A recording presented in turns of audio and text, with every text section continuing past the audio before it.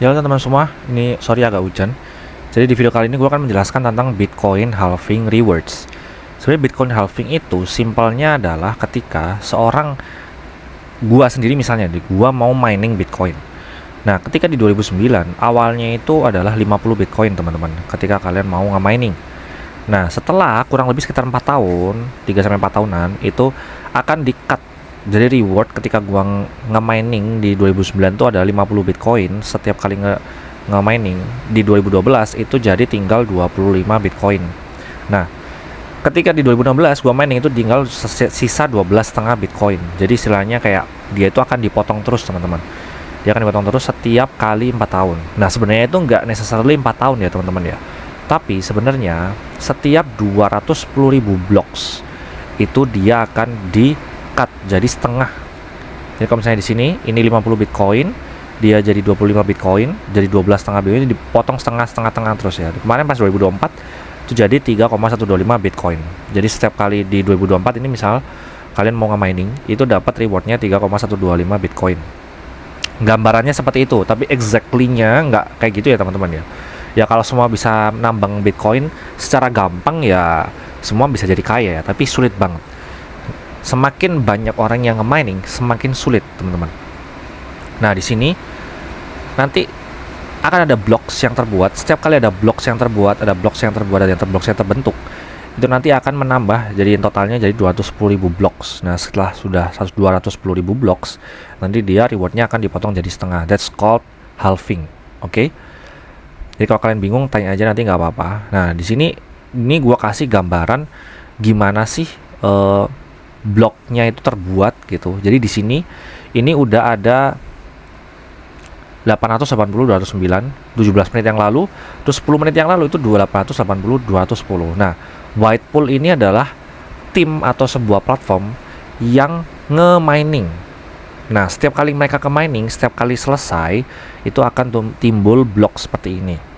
Nah, di blok 880, 210 ini ada 2.694 transaksi yang divalidasi. Nah, maksudnya divalidasi itu seperti apa? Jadi misalnya nih gua ini ngetransfer lu 10 Bitcoin per hari ini ya. Per hari ini gua ngetransfer lu 10 Bitcoin. Nah, ketika gua ngetransfer lu 10 Bitcoin itu kan berarti harus ada yang ngevalidasi kan. Kalau orang biasanya kan kalau orang transaksi duit ya biasanya banknya. Nah, kalau ini yang ngevalidasi itu adalah orang-orang yang nge-mining sebenarnya, teman-teman.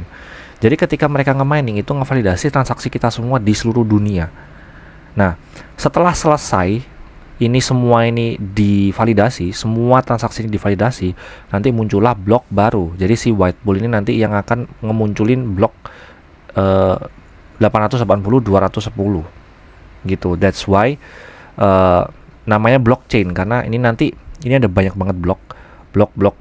Nah, nanti semuanya itu akan kayak ke rantai atau mereka tuh akan saling apa ya istilahnya, mereka akan saling terhubung gitu teman-teman. Jadi gampangnya gini ya, ini contohnya ini nanti kita akan bahas lebih dalam tentang blockchain, tapi ini gua akan bahas simpelnya aja.